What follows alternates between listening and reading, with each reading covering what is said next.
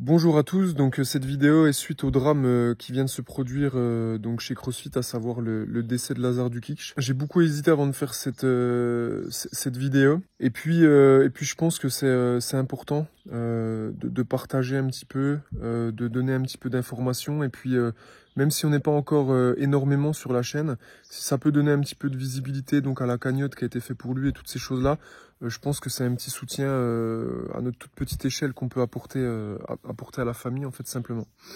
Donc déjà, plusieurs choses pour poser les bases très rapidement. Donc voilà, vous allez sur la page FitAid. Sur la page FitAid, donc il y a la possibilité tout simplement de partager une cagnotte pour essayer de soutenir la famille. Donc voilà, toutes nos pensées sont pour la famille, évidemment.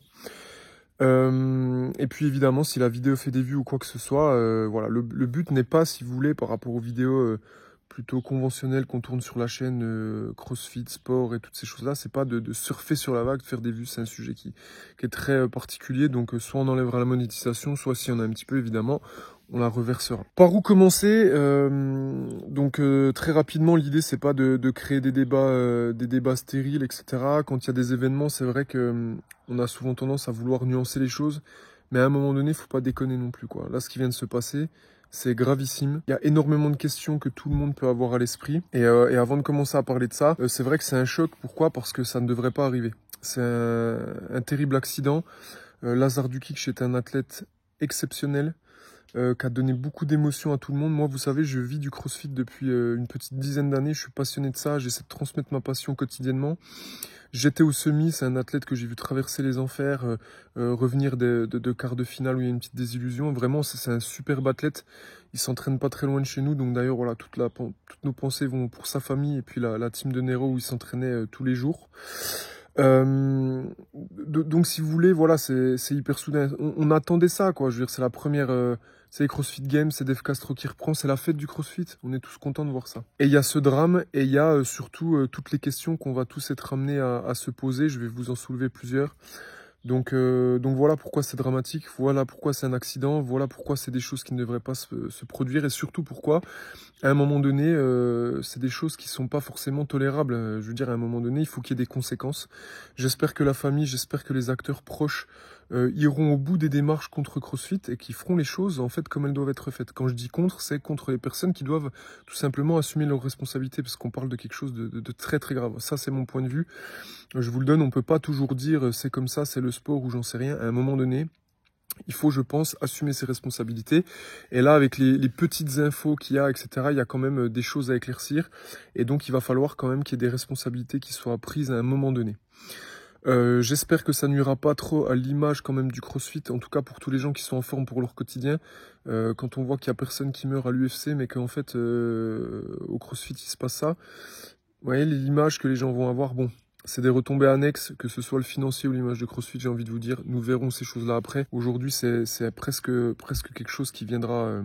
c'est quelque chose qui viendra au second plan. Il y a plusieurs choses, en fait, qu'il faut comprendre. Déjà, moi, ce que je trouve insupportable, je vais vous le dire quand même, c'est qu'en fait, pourquoi on doit surveiller ces athlètes-là bien plus que n'importe qui? Parce qu'en fait, pour ces gens-là, des profils comme Lazar, Yele, tous ces gens-là qui sont dans les meilleurs mondiaux, en fait, ils vont se mettre dans des zones que vous et moi, nous ne pouvons pas faire. Ils vont mettre une intensité que vous et moi ne pouvons pas faire. Ils ont un volume musculaire, ils vont se mettre dans le rouge. Donc, en fait, ils sont beaucoup plus sensibles à avoir des problèmes comme ça. Puis là, on est dans la flotte, en fait, à un moment donné. Ça, c'est la première question. Pourquoi on n'est pas encore plus vigilant quand c'est ça? Je discutais avec mon pote Denis Dubois juste avant, qui est HFS, qui a fait les régionales il y a 2 ans en équipe, et qui en fait, lui avait, après le run, avait eu ils étaient 3, ils avaient eu des crampes en fait dans les jambes, et s'il n'y avait pas eu le paddle, ils auraient eu la même situation en fait. Donc c'est quelque chose de connu, c'est pas la première fois qu'on fait des runs nage. On pensait que c'était quelque chose de maîtrisé en fait. Donc voilà, il n'y a déjà pas de vigilance là-dessus. Donc ça, c'est la première question, on s'interroge. Deuxième point sur lequel, donc voilà, c'est le premier point sur lequel il faut avoir encore plus de vigilance qu'une compétition classique et quelqu'un qui court et qui nage. Là, on est sur des mecs qui ont du volume musculaire, des nanas aussi qui mettent une intensité. Et en plus, il y a du vécu, c'est déjà des choses qui sont arrivées voilà, dans les éditions précédentes, donc sans drame évidemment. Donc déjà, ça c'est le premier point. Le deuxième point, le format. Si aujourd'hui vous ne terminez pas par la natation en triathlon, c'est quand même pas pour rien. D'accord? Donc on sait qu'il y a une... Donc c'est des formats qui ont déjà été faits. Je suis pas en train de dire que le format crée ça, mais à un moment donné, ça joue. Vous avez poussé fort à la course, il y a la natation derrière, donc il y a un facteur à risque. Ça peut arriver. L'autre point que je trouve un peu spécial dans l'histoire, donc bon, ça c'est un point sur lequel je vais pas m'attarder trop. C'est vrai que CrossFit barricade tout, ils parlent pas, etc. On sait qu'il se passe quelque chose de grave. Bon, c'est une grosse entreprise, ils peuvent pas dire n'importe quoi. Il y a tout qui circule sur les réseaux. Ok. On est d'accord avec la méthode ou pas, j'ai vu toutes les critiques sur ça, sur les réseaux. Bon, je pense qu'ils n'ont pas non plus eu forcément beaucoup d'autres options. Faut essayer d'avoir de gérer les choses comme on peut, donc c'est pas quelque chose forcément d'évident. Voilà. Il y a clairement eu, au-delà de ça, les questions qu'on a pu voir avec le peu d'informations qu'on a, à un moment donné, il y a clairement eu en fait un problème de sécurité. Il est à 100 mètres d'arrivée en fait. 150 mètres d'arrivée. Il est cinquième. Il est cinquième. Donc les gens qui commentent le live, toutes ces choses-là, les commentateurs sur place, les gens qui font le listing et tout le bordel qui suivent, le gars est cinquième, il reste 100 mètres. Mais en fait, à partir du huitième, qu'est-ce qui se passe? Il était dans l'eau, en fait. Il restait 100 mètres. Il peut pas se faire doubler par 10 compétiteurs comme ça sans que personne s'en rende compte. Et puis, il y a eu ce truc où la première communication qui a été faite, c'est que voilà, il a fait un arrêt cardiaque, enfin, le cœur a lâché, on comprend pas trop. Donc, moi, ce que j'aime pas dans ça, et ce qui me fait encore plus mal, c'est que c'est sous-entendu un petit peu, on a l'impression, après, je suis pas là pour attiser les flammes, mais je veux dire, je suis comme vous, ça m'a pris au cœur, quoi. C'est qu'en fait, on a l'impression que genre, voilà, bah, le mec a fait un arrêt cardiaque, en fait. En gros, même si on a été là, on n'aurait rien pu faire. Mais c'est peut-être une conséquence, on sait pas, je veux pas pousser la charrue avant les bœufs, mais bon, les vidéos quand même montrent qu'il était en train de se noyer, il était en train de se débattre, voilà, c'était difficile. Il était en train de, voilà, c'est des mots très difficiles. Donc voilà, s'il y a les vidéos, toutes ces choses-là, on remettra rien dans la vidéo. Par le plus gros respect pour ce qui s'est passé. Mais il y a vraiment moi j'essaie de vous dire ces mots-là parce que je vis CrossFit depuis des années et donc c'est pas normal. C'est pas normal, sans déconner. C'est pas normal du tout, quoi. Et il y a vraiment des erreurs. Il devrait y avoir des paddles partout.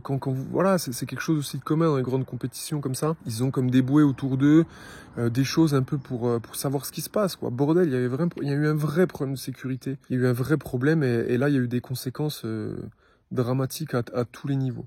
Donc voilà, ça fait une multitude de questions quand même qui se soulèvent. Qu'est-ce qui s'est passé au niveau de la sécurité? Quel était le tracé? Quels étaient les soucis d'organisation? La sécurité aussi. Bon voilà, ils l'ont retrouvé longtemps après. Enfin, je veux dire, voilà, il s'est passé des choses difficiles par rapport à ça.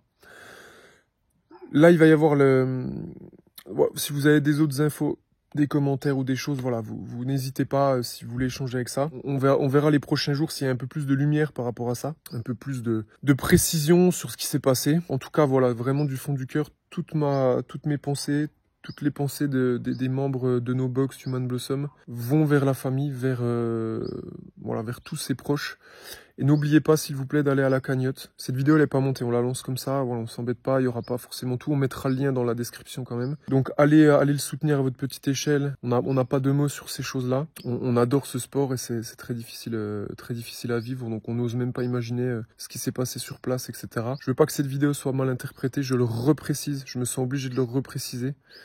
Donc voilà, en tout cas, prenez soin de vous. Je fais un cœur à tout le monde. Dans cette période, il faut savoir se serrer les coudes et j'espère que l'enquête sera précise et qu'il y aura des responsables parce que c'est insupportable.